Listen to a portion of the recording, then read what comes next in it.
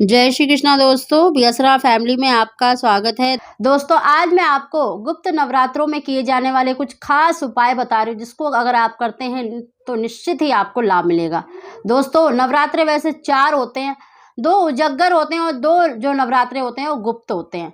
ये गुप्त नवरात्रे देखिए माँ दुर्गा के 10 महाविद्याओं की पूजा की जाती है, इसीलिए इन्हें गुप्त नवरात्रे कहा जाता है। और तंत्र मंत्र की सिद्धि के लिए, किसी भी उपासना की अगर आप सिद्धि करना चाहते हैं, किसी भी मंत्र को अगर आप सिद्ध करना चाहते हैं, अगर गुप्त नवरात्रों में किए जाते हैं तो उनमें 101% आपको सफलता मिलती है अन्य दिनों के मुकाबले।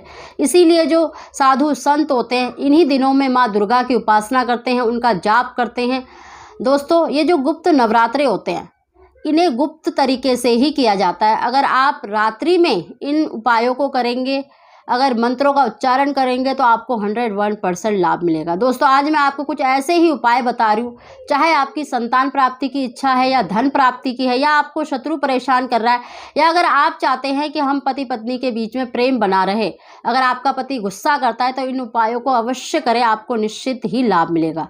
दोस्तों उन्हें जानने से पहले जो पहली बार मेरी वीडियो को सुन रहे हैं प्लीज़ मेरे चैनल को सब्सक्राइब करें, बगल में बेल आइकन को दबा दें, जिससे मेरी आने वाली सभी वीडियो का जो नोटिफिकेशन है सबसे पहले आप तक पहुंच सके। दोस्तों जो गुप्त नवरात्रे हैं देखिए उनके नियम एक है, पूजन विधि एक है, तो आप जब भी पूजा कर रहे हैं तो यही विधि करेंगे और उपाय जो मैं आपको बता रही हूँ वो अलग अलग है।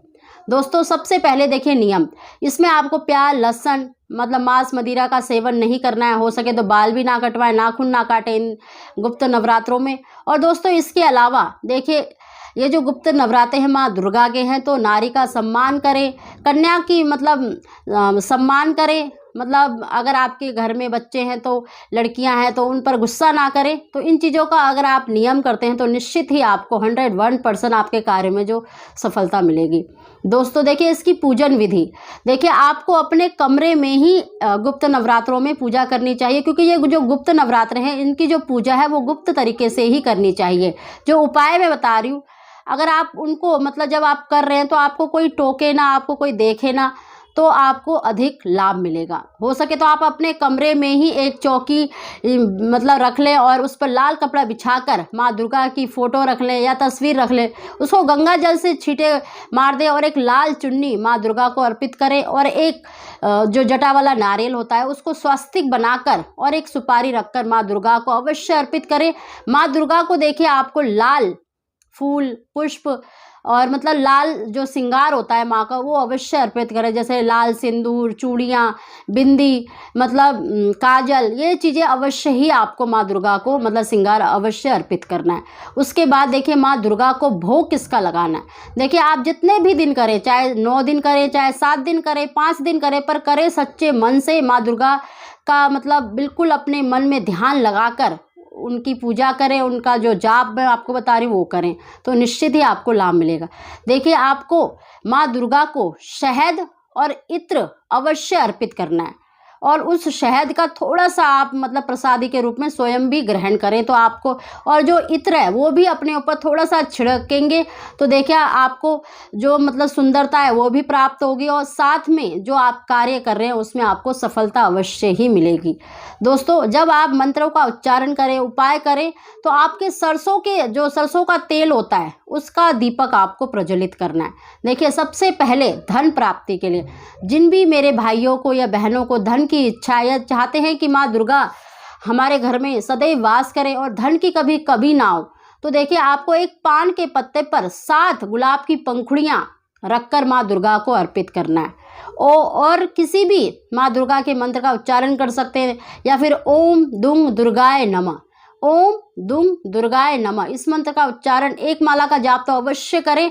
और जब आप जाप करें देखिए आपको कोई भी ना टोके, आप अपना मतलब कमरे का दरवाज़ा बंद करके, आपको कोई टोके ना, मतलब रात्रि में ही आपको इन उपायों को करना है, उनकी उपासना करनी है, मंत्रों का उच्चारण करना है। दोस्तों जिनकी भी जैसे कोख बंधी हुई है, या जो संतान की इच्छा रखते हैं, या जिनको अभी तक कोई भी संतान की प्राप्ति नहीं है, तो वो इस उपाय को अवश्य करें। देखिए माँ दुर्गा की पूजा वैसे ही करनी है, श्रृंगार अर्पित करना है, मतलब दीपक जलाना है, और आपको देखिए एक पान के पत्ते पर एक सुपारी, 2 लौंग और 2 इलायची रखकर माँ दुर्गा को अवश्य अर्पित करना है और माँ दुर्गा के सामने अपनी झोली फैलाकर उनसे प्रार्थना करनी है कि माँ अगर मेरी कोख बंधी हुई है तो उसको खोल दीजिए और मुझे संतान सुख अवश्य दीजिए। और माँ दुर्गा के जितना मतलब अधिक आप मंत्र का उच्चारण करेंगे तो उतना ही अधिक आपको लाभ मिलेगा। देखिए एक माला का जाप तो अवश्य करें और अधिक कर सकते हैं तो अधिक करें और सच्चे मन से अवश्य ही करें। और माँ दुर्गा को शहद और इत्र अवश्य अर्पित करना है आपको। नित्य प्रति जितने दिन अगर आप कर रहे हैं उतने ही दिन कर रहे हैं, उतने ही दिन आपको शहद और इत्र अपने ऊपर छिड़कना है, तो आपको निश्चित ही संतान की प्राप्ति होगी। दोस्तों इसके अलावा देखिए अगर कोई रोगी है, कोई बार बार बीमार रहता है, तो उसको नवरात्रों में शिवलिंग पर मतलब काले तिल और गंगा जल का मतलब अवश्य अर्पित करना है शिवलिंग पर। हो सके तो डेली करें, नहीं तो सोमवार और जो शनिवार पड़ता है उस दिन तो अवश्य ही करेंगे, तो आपको रोगों से मुक्ति अवश्य ही मिलेगी। देखिए अगर किसी का कोई शत्रु है, कोई परेशान कर रहा है आपको, आप उससे छुटकारा पाना चाहते हैं, तो निश्चित ही आपको माँ दुर्गा की पूजा करके इस मंत्र का उच्चारण करना है। देखिए जितना अधिक इस मंत्र का उच्चारण करेंगे उतना ही अधिक आपको लाभ मिलेगा।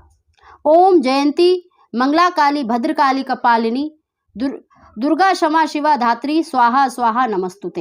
एक बारी फिर से सुन लीजिए। ओम जयंती मंगला काली भद्रकाली कपालिनी दुर्गा क्षमा शिवा धात्री स्वाहा स्वाहा नमस्तुते। इस मंत्र का आपको उच्चारण करना है, तो देखना आपको निश्चित ही अपने शत्रु से छुटकारा अवश्य ही मिलेगा। देखिए जिन भी पति पत्नियों के बीच में कलेश रहता है या झगड़ा रहता है, अगर वो चाहते हैं कि हमारे बीच में प्रेम बना रहे, तो इस उपाय को अवश्य करें। देखिए जो महिला है उसको माँ दुर्गा को सिंदूर अवश्य ही अर्पित करना है, उसके साथ 2 लौंग और 2 इलायची पान के पत्ते पर रखकर माँ दुर्गा को अवश्य अर्पित करना है और उनसे प्रार्थना अवश्य ही करनी है। दोस्तों इसके अलावा देखिए जिसकी जो भी मनोकामना है उसको अगर आप एक कागज पर लिखकर माँ दुर्गा को अवश्य अर्पित करें और 9 दिन तक उसको रखा रहने दें। देखिए जो पति पत्नी में झगड़ा रहता है या कलेश रहता है या पति आपका गुस्सा करता है, तो आप देखिए जो सिंदूर जितने भी दिन माँ दुर्गा को एक कागज़ पर सिंदूर अर्पित करें और उस सिंदूर में से थोड़ा सा अपनी मांग में अवश्य भरें और आखिरी के दिन उस सिंदूर को अपने पास रखें और उसी में से आप सिंदूर अपनी मांग पर भरें, तो देखना निश्चित ही आपको लाभ मिलेगा। दोस्तों जो लौंग और इलायची आपने अर्पित करी है उसको आप कूट कर किसी भी खाने में या चाय में अपने पति के साथ खुद भी ले सकती हैं और अपने पति को भी, सिर्फ अपने पति को देना चाहें तो अपने पति को दें। अगर आप दोनों ही लेते हैं तो ज़्यादा अच्छा रहेगा, आप दोनों के बीच में प्रेम अवश्य बना रहेगा। और माँ दुर्गा से सच्चे मन से आप प्रार्थना अवश्य ही करें अपने सुख समृद्धि के लिए, सौभाग्य के लिए, प्रेम के लिए, जो भी आपकी इच्छा है, जैसे जो भी आप उपाय कर रहे हैं उसके लिए सच्चे मन से माँ दुर्गा के सामने प्रार्थना करें, तो निश्चित ही आपको लाभ मिलेगा। इसके अलावा दोस्तों जो गुप्त नवरात्रे होते हैं इनमें अगर आप पशु पक्षियों की सेवा करते हैं, उनको दाना पानी डालते हैं, तो निश्चित ही आपके कार्य में सफलता मिलती है। दोस्तों गुप्त नवरात्रों में आपको पशु पक्षियों को मतलब परेशान नहीं करना चाहिए, उनकी सेवा करनी चाहिए। अगर आप मतलब उनकी सेवा नहीं करते हैं तो गुप्त नवरात्रों में तो अवश्य ही करें।